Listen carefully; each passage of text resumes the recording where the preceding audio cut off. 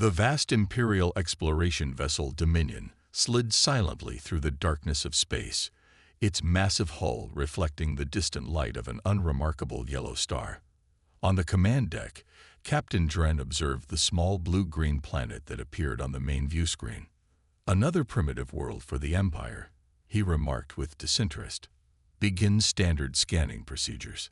The ship's sensors swept across Earth, collecting data on its atmosphere, geography, and the curious Bictal species that dominated its surface.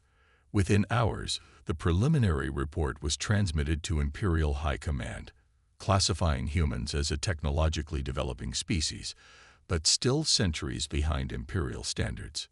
Grand Admiral Vex reviewed the report in his private chambers aboard the Imperial flagship Eternal Glory. His 6 eyes blinked in sequence as he processed the information. "Primitive, but resource-rich," he muttered to himself. "Proceed with standard annexation protocol." The order spread quickly through the Imperial fleet. Within days, a dozen warships entered Earth's solar system, positioning themselves in standard formation. Their arrival did not go unnoticed. Earth's governments convened an emergency session of the United Nations.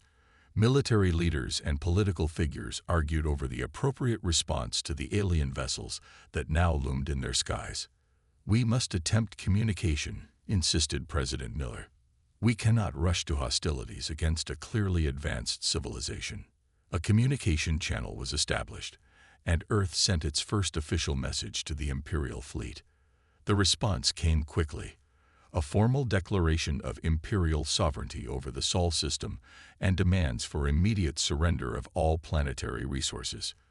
"This is not a negotiation," the imperial message concluded. "This is your integration into the greatest civilization in the galaxy." President Miller frowned deeply as she read the translation. "They're not here to talk. They're here to conquer." The Security Council voted unanimously to reject the imperial demands. Instead, they authorized Ambassador Thomas Reed to deliver Earth's response. Reed was a veteran diplomat with silver hair and calm eyes that had stared down countless human adversaries across negotiating tables. The Imperial Communication Officer looked bored as Reed's face appeared on the view screen of the flagship. Grand Admiral Vex didn't even bother to attend the transmission personally, sending his second-in-command instead. "People of Earth," Reed began, his voice steady and clear. "We have reviewed your terms and wish to offer our response." He paused, his expression grave. "Turn back, for your own sake." The Imperial officer laughed. "Is this primitive attempting to threaten the Galactic Empire?" Reed continued, "We have observed your approach, studied your vessels, and analyzed your communications. We know what you are. We know what you've done to other worlds. This is not a threat. This is a warning, offered once in good faith." His eyes hardened.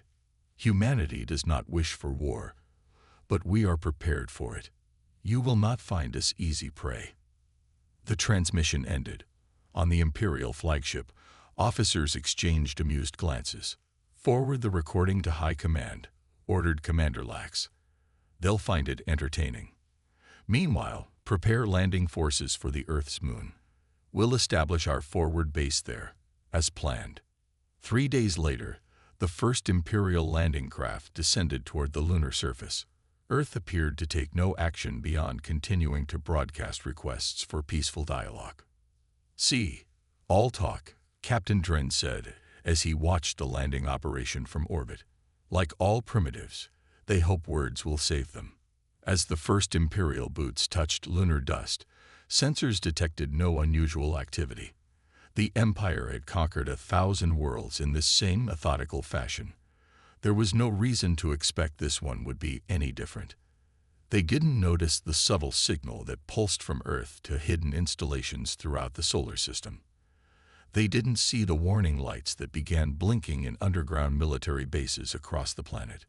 Humanity had made its choice. The Empire had made theirs.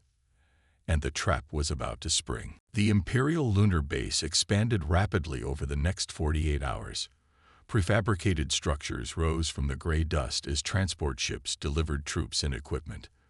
From this foothold, the Empire would launch its conquest of Earth. Begin standard conquest procedure. Grand Admiral Vex ordered from his flagship. Commence orbital bombardment of their military installations and government centers. 5 Imperial warships moved into position above Earth, their weapon systems powering up. On view screens throughout the fleet, officers watched with anticipation. This was always the moment that broke the will of primitive species, when they witnessed power beyond their comprehension. Weapons at full charge, reported a weapons officer. Targeting Earth's major military bases. Fire, ordered Captain Dren. Brilliant beams of energy lanced toward the blue planet. But something unexpected happened. The beams never reached their targets. Instead, they struck an invisible barrier that flared with blue-white energy on impact. The Imperial officers stared in confusion. "What is this?" demanded Dren. "Some kind of shield technology." Before anyone could respond, hundreds of small objects detached from what had appeared to be orbital debris. These objects accelerated toward the Imperial ships with alarming speed. "Unknown projectiles approaching," shouted the sensor officer. There. The first wave of missiles struck the lead Imperial vessel.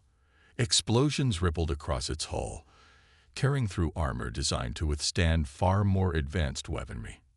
"Impossible," Captain Dren shouted as his ship shuddered under multiple impacts. "They're using guided kinetic weapons with some kind of phase-shifting technology. Our shields can't." A massive explosion cut off his words as the bridge view screen shattered. Across the Imperial fleet, similar chaos erupted as the human counterattack unfolded. In his command chamber, Grand Admiral Vex received the frantic reports with growing horror. How did we miss this? Where did they hide such capabilities? The answer came moments later when the sensor network detected hundreds of vessels rising from Earth and from hidden bases on Mars and several asteroids. The human fleet had been concealed using technology that somehow masked their energy signatures. This was a trap, Vex realized. They let us establish the lunar base to draw us in.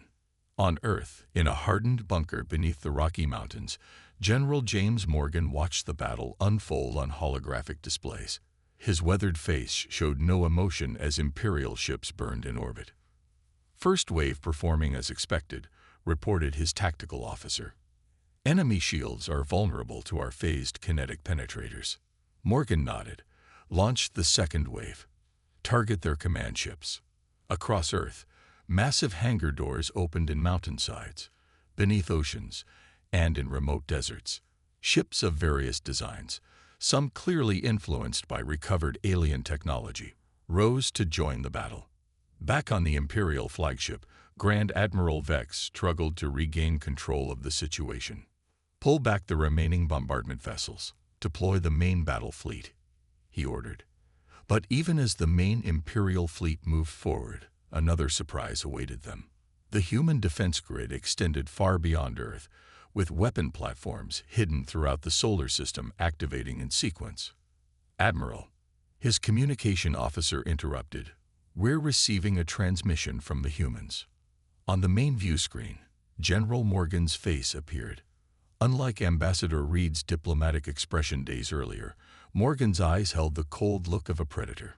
"Imperial forces," he began, "we tried to warn you.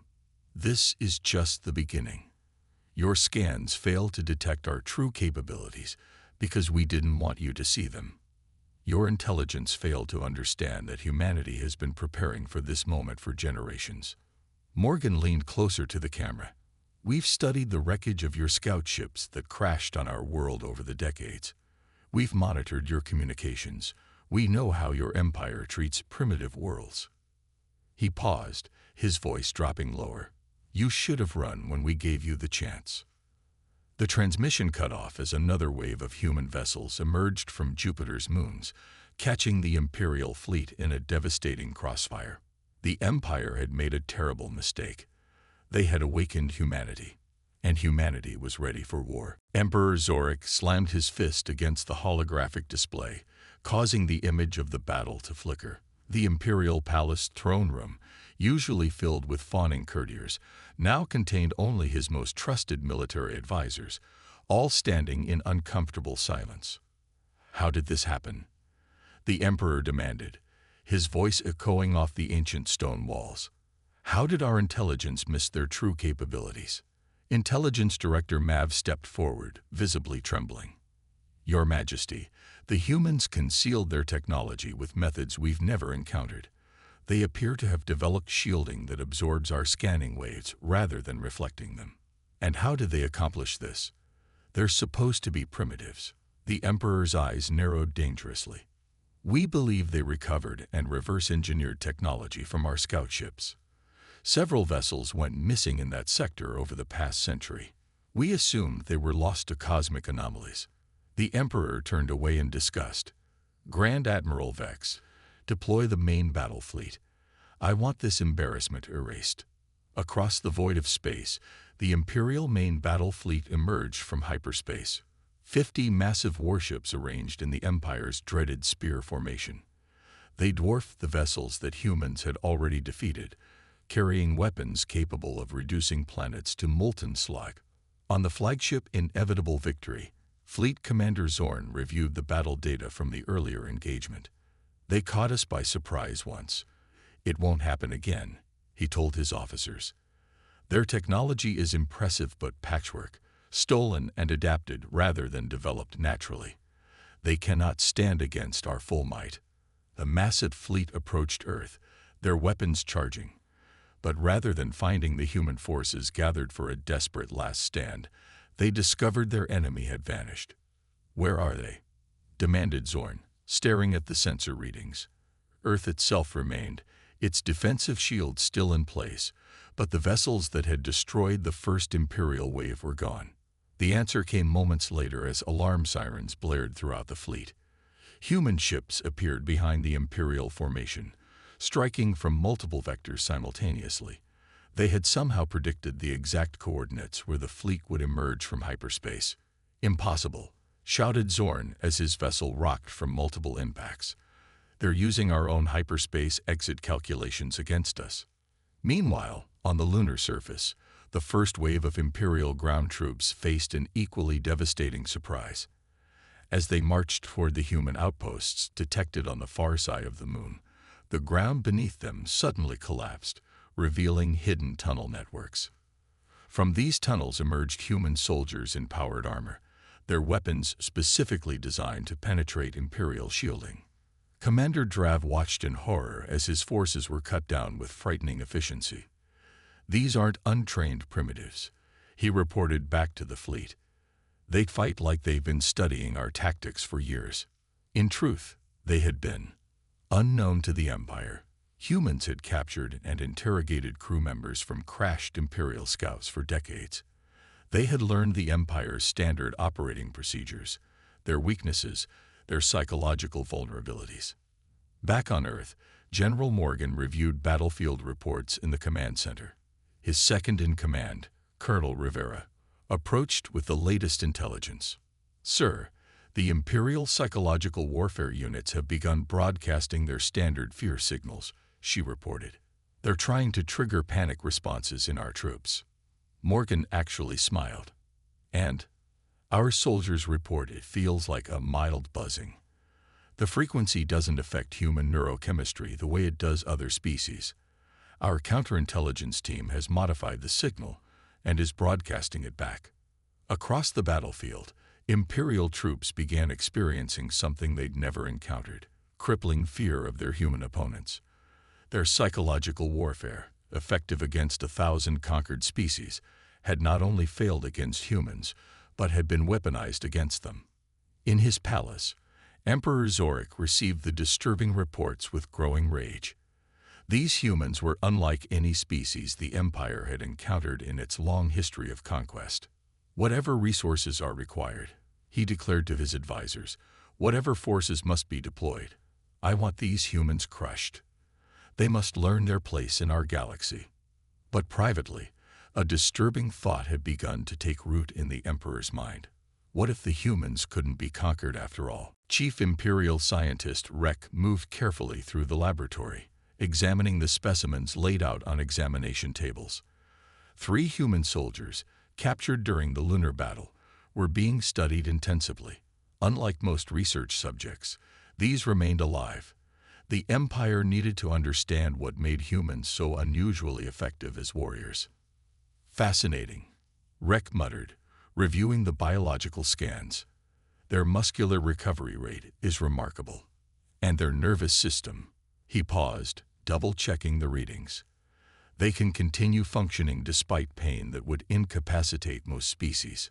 His assistant, lab technician Trell, looked up from her console. The psychological evaluation is even more concerning. These humans don't experience fear the way other species do.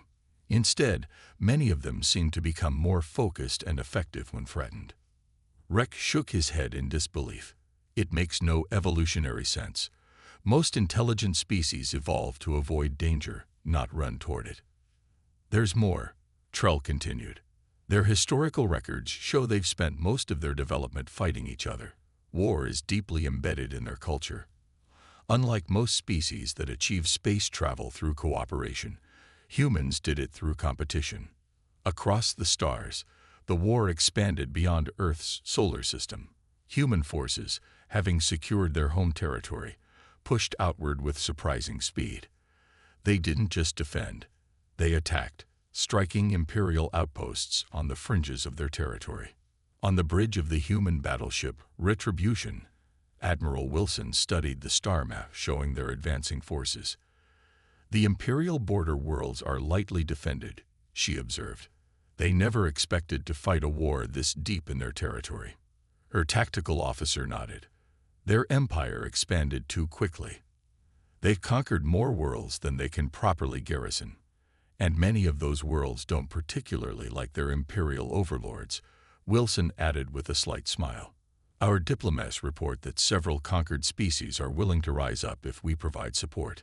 The human advance continued, moving from system to system with methodical precision. Unlike the Empire's brute force approach, human tactics emphasized speed, deception, and psychological impact. They would strike suddenly, destroy key targets, and vanish before the Empire could mount an effective defense. In the Emperor's War Council, panic was setting in. The humans have taken 7 systems in 14 days, reported military coordinator Lox. They're moving faster than we can reinforce our positions. How? Demanded the Emperor. How are they outmaneuvering the greatest military force in galactic history? Imperial Security Director Krav stepped forward. Your Majesty, we've discovered something troubling.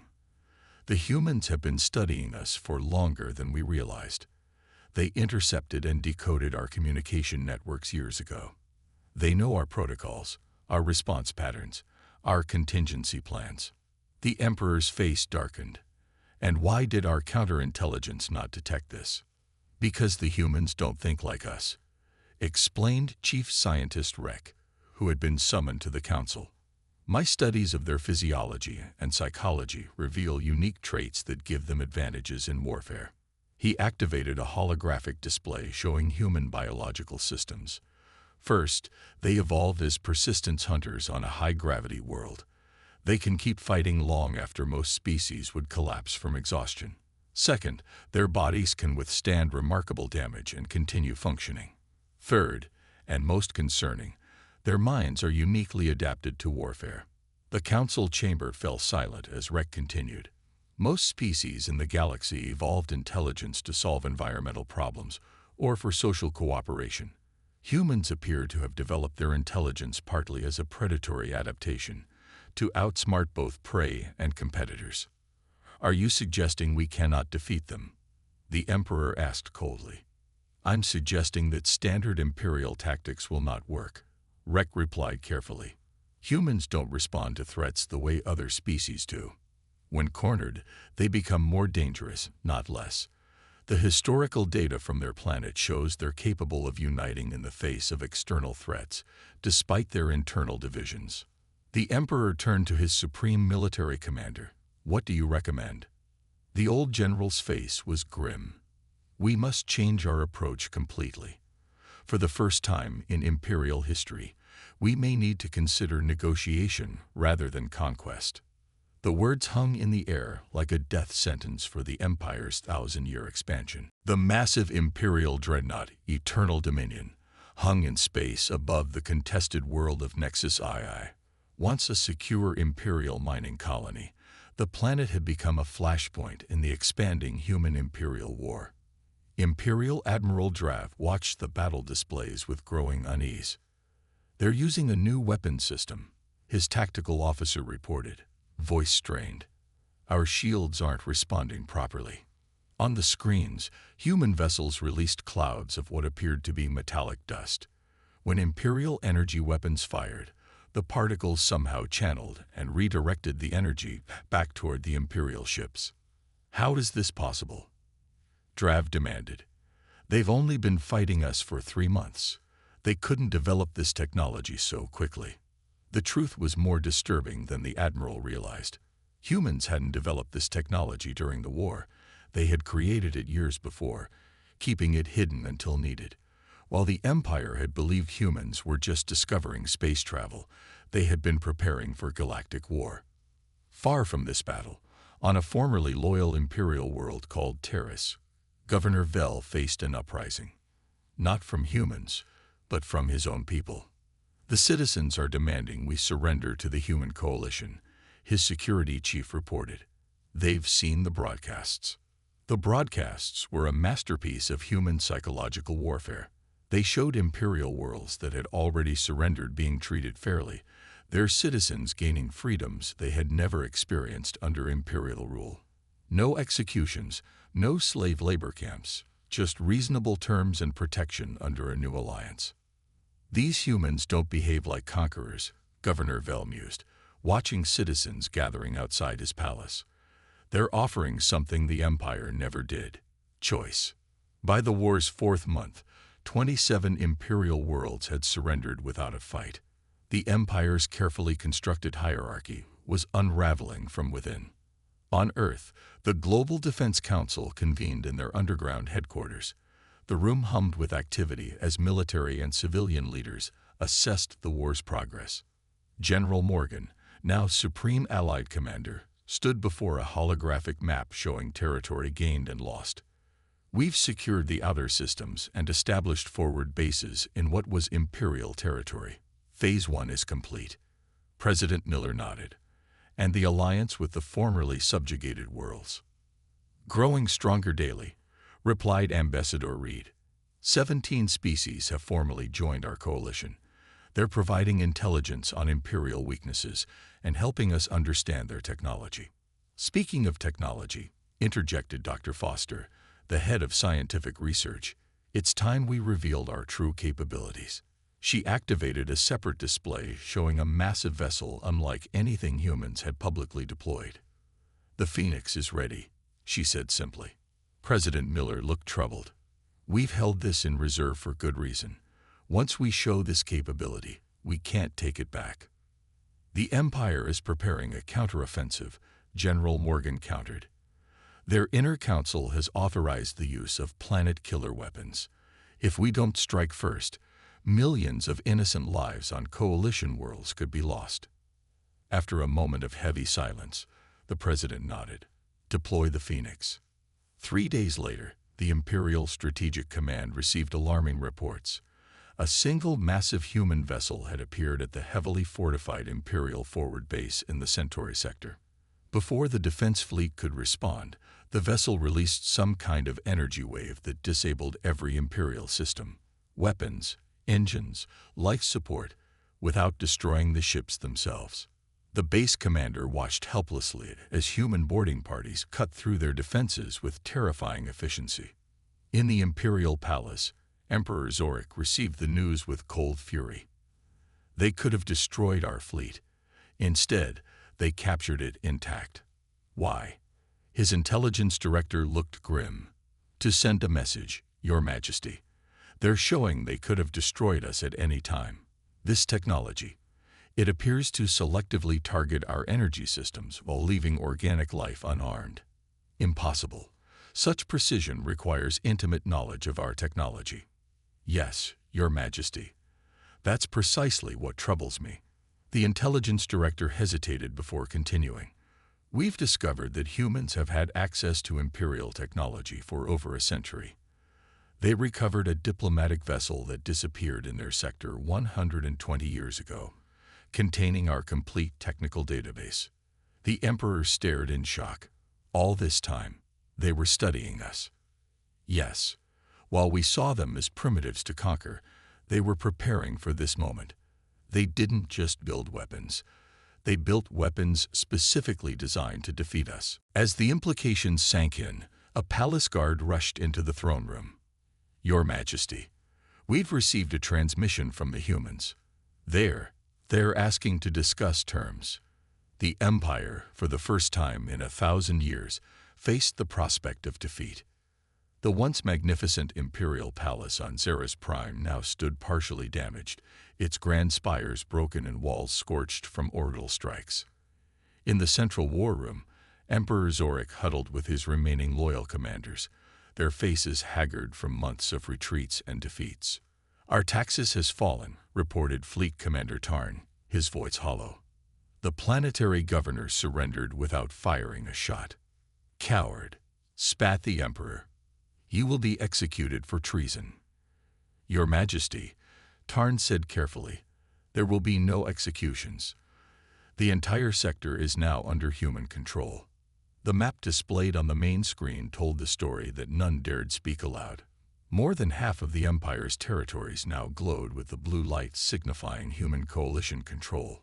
Red Imperial holdings shrank daily. The humans have offered terms again, said Imperial diplomat Vexa, sliding a data crystal across the table. They're surprisingly merciful. The Emperor didn't touch the crystal. The Empire does not surrender. Ever. A heavy silence fell over the room, broken only when Military Intelligence Director Krav cleared his throat. Your Majesty, there is something you must know. He paused, visibly gathering courage. We have evidence that certain members of the Imperial High Command have begun separate peace negotiations with the humans. The Emperor's eyes narrowed dangerously. Names. Give me names. Before Krav could answer, the palace alarms blared. Security Chief Drull burst into the room, his uniform torn and bloody. The palace is under attack. Internal security has been compromised. The doors crashed open. Imperial Royal Guards fell to the ground as a group of high-ranking Imperial officers entered, weapons drawn. What is the meaning of this? Emperor Zorik demanded, rising from his throne. Admiral Vex, once the Emperor's most trusted military commander, stepped forward. The meaning is simple, Your Majesty. The war is lost. You have refused all peace offers. This ends now. Treason. Zorik reached for the ceremonial weapon at his side. The sound of a single energy weapon discharge echoed through the chamber. The Emperor's body crumpled to the floor, his expression one of shock rather than pain. Admiral Vex lowered his weapon. Contact the human coalition. Tell them the Empire is ready to discuss unconditional surrender. Across the galaxy, news of the Emperor's assassination spread rapidly. On some Imperial worlds, citizens celebrated in the streets. On others, die-hard loyalists vowed to continue fighting to the last soldier. On the human flagship, Reconciliation, General Morgan received the news without celebration. So it has come to this, he said quietly to his staff. Their own military removed him. It was inevitable, replied Ambassador Reed. Our intelligence indicated growing dissent within their command structure for weeks. The Emperor's refusal to consider peace terms forced their hand. What are your orders regarding the Loyalist faction? Asked Colonel Rivera. They've retreated to the Imperial throne world and vowed to fight to the death. Morgan studied the tactical display, where a small cluster of red indicators showed the final Imperial stronghold. We proceed as planned. Offer honorable surrender terms. If refused, he paused. We will minimize casualties, but the fighting ends soon, one way or another. The final battle for the Imperial throne world began 3 days later. Though outnumbered and outgunned, the Imperial loyalists fought with desperate courage. Their remaining dreadnoughts formed a defensive perimeter around the planet, while ground forces fortified the capital city. Human forces approached methodically, deploying their most advanced technology. The Phoenix vessel led the fleet, its revolutionary systems neutralizing Imperial weapons without destroying their ships. When boarding parties breached the Imperial flagship, they found crews standing down, many openly relieved that the war was ending. On the surface, resistance varied from fanatical to token. Some Imperial units fought building to building, while others laid down arms immediately. The human-led coalition forces advanced steadily, using non-lethal methods where possible. In the ancient Imperial citadel, the final loyalist commanders made their last stand. Surrounded, and with no hope of rescue, they expected execution. Instead, when human forces breached the final chamber, General Morgan himself entered, unarmed. "Your courage is noted," he told the Imperial officers, "but this war is over." "Why not simply destroy us?" asked the ranking Imperial commander. "You have the power." Morgan's expression remained solemn. "Because that's not who we are. We fought because you left us no choice. We end this war the same way we tried to prevent it, with an outstretched hand." As human medical personnel treated wounded Imperial soldiers, Morgan stared out through a shattered window at the ancient capital city. Humanity had won not just through superior weapons or tactics, but through something the Empire had never understood: the power of choice over coercion. The Imperial collapse was complete. A new era was beginning. 1 year after the fall of the Imperial citadel, the grand ceremonial hall on the neutral world of Nexus stood filled with representatives from hundreds of worlds. The massive chamber, built specifically for this historic gathering, featured architecture that blended styles from dozens of species. Sunlight streamed through crystalline windows, casting rainbow patterns across the assembled delegates. At the center of the chamber stood a circular table where the Coalition Founding Council prepared to sign the Galactic Charter. Human Ambassador Reed, now older and grayer from the stresses of war and peace building, stood alongside representatives from former Imperial worlds and long subjugated species. "Today marks not an ending, but a beginning," Reed announced, his voice carrying through the perfect acoustics of the hall. "The Galactic Coalition is founded not on conquest, but on mutual respect, shared prosperity, and the fundamental right of all sentient beings to determine their own destiny." From his position near the back of the human delegation, General Morgan watched with carefully concealed emotion. The war had cost millions of lives, including many under his command. Yet here, finally, was the outcome they had fought for. "The humans are remarkable, aren't they?" whispered a voice beside him. Morgan turned to find former Imperial Admiral Vex, now serving as representative of the reformed Imperial Core worlds. "How so?"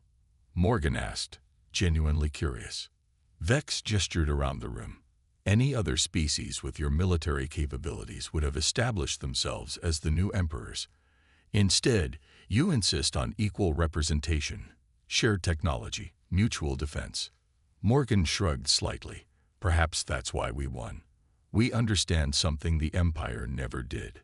True strength comes from willing alliance, not forced submission."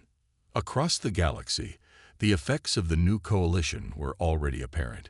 Human technological innovations, long hidden from Imperial scanners, were now being shared with allied worlds. Medical advances reduced suffering on formerly neglected Imperial territories.